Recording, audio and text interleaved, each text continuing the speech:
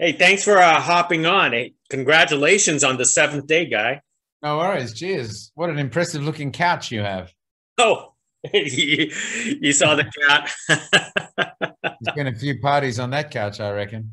Yeah, somehow cats know when Zoom cameras are on for some unknown reason.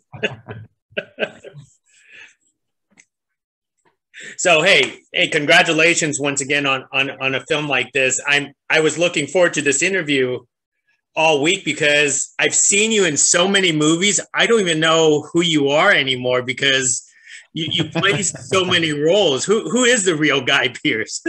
I don't know. It's a good question. You know, a kid came up to me once. I was on a television show back in the 80s and I played a character called Mike Young. And some years after that show, kids would come up to me, people would come up to me and say, "Didn't you used to be Mike Young?" And I would say, "Yes, yes, I used to be Mike Young." And a kid came up to me once and he said, "Didn't you used to be Guy Pearce?" And I thought, wow, that's the most profound thing that anyone's ever said. If I'm going to write a book, maybe that's what I'll call it. You know, didn't you used to be Guy Pearce? So I don't know.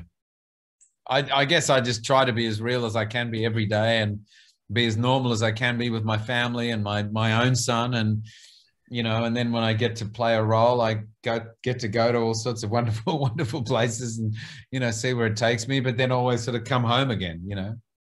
I think that's excellent. That's a tribute to your acting skills. If you could play so many different roles in your lifetime. Well, thank you. So what attracted you to playing Father Peter here in The Seventh Day?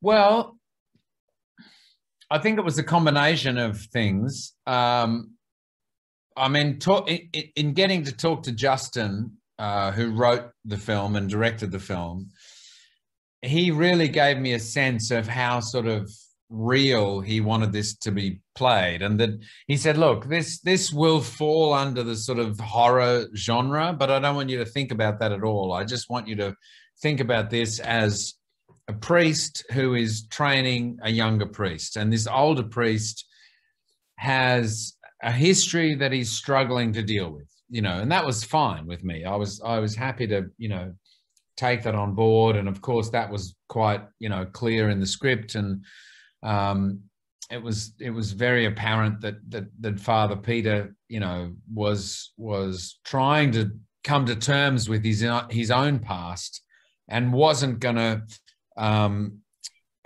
go out of his way to make anyone else feel comfortable because he himself was feeling uncomfortable with his own story. And you know, I'm always interested generally in characters who have their own shit going on and how they then deal with that and how they then deal with everyone else around them because of that, whether they deal with that by pretending everything's okay or whether they deal with it by going, I ain't making any concessions for you, deal with it, bad luck, this is who I am, end of story. All that stuff I find really interesting, just the dynamics between people. So I thought that from the outset, the idea was interesting and the personality of Father Peter was interesting. And then, of course, you know, Justin's explanation of the script and then getting to meet with Vadhir, who was playing young Daniel, and sort of putting it all together, I just thought, yeah, this really feels like it could work, you know. So I was also intrigued by the idea of sort of venturing into horror world, for want of a better term. But I didn't really dwell on that. You know, to me, it always has to just feel about the character I'm playing and whether that feels real, whether he feels like somebody that I really believe, and can we just move forward from there? So, you know, I managed to, and it wasn't like it was a stretch. It was pretty clear from the script and Justin's explanation what I had to understand. So it was, yeah, it was a good one to take on. Now you don't do many horror, so you went ahead and treated this like it's like another, like a drama thriller, like you usually do. Yeah, I mean, that's right. And I watched the film only like a week ago myself, and I was sort of, I knew that we were going to see visual effects of kids and blood and burning skin, and I knew that we were going to see that stuff. And quite often, you know, we see visual effects on screen that we don't see on the day. You know, there's most things you do now, because visual effects are so sort of cheap and easy. Most things you do now, they say, oh, there's going to be a building blowing up behind you, and there's going to be a kid burning, and there's going to be a family that's set on fire, and there's going to be blood pouring down this mountain, and there's, you know, and you're like, okay, gotcha. You know, I'll imagine that. I'll imagine that. So you're always dealing with some idea that's not there on set with you, you know, and that's fine. I love it. But as far as it then dictating the style of film that you're making, and that therefore this falls into a sort of a horror category, that feels new for me. You know, I don't really do horror films per se, but not that I actively stay away from them.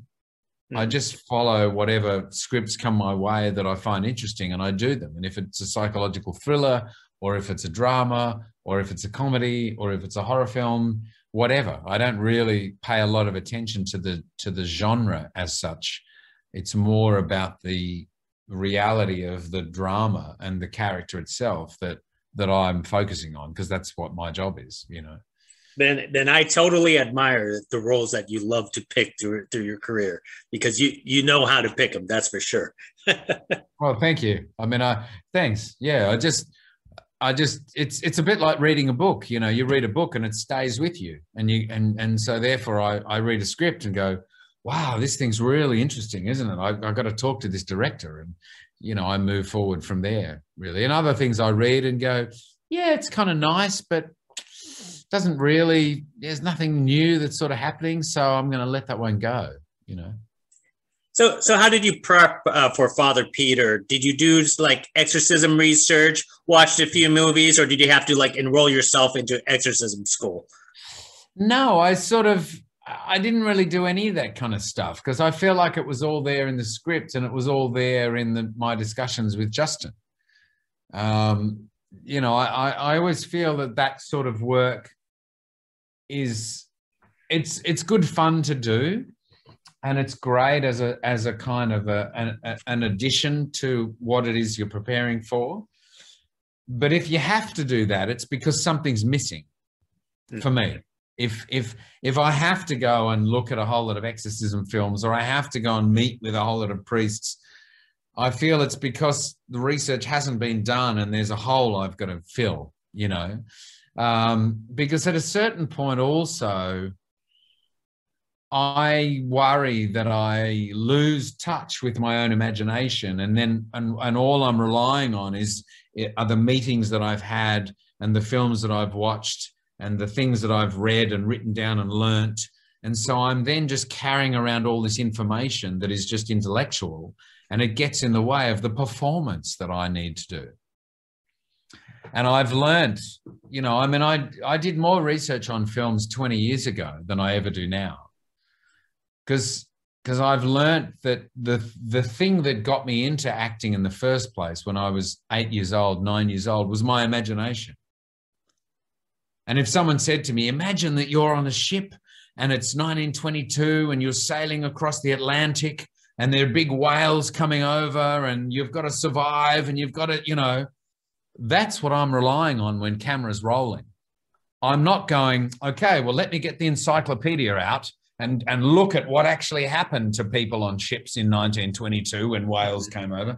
I'm not relying on that stuff, because that's just homework. I'm relying on what my imagination is telling me when you tell me that story. Yeah. That's what delivers a better performance as far as I'm concerned. So I can do research if I need to, but if I don't have to, I'd rather not. I'd rather just rely on the story that I'm told by the script and by the director. And if I've got to clarify a few things, or I want to look at stuff to back things up, great, I'll do that. But I'll always only do the minimal amount, because otherwise it becomes homework and it becomes intellectual.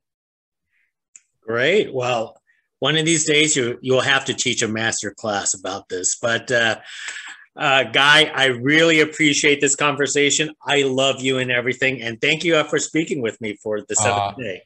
Well, thank you. I appreciate it. Good to talk to you. Hey, not a problem. Next time. Bye now. Cheers. All right. Good on you.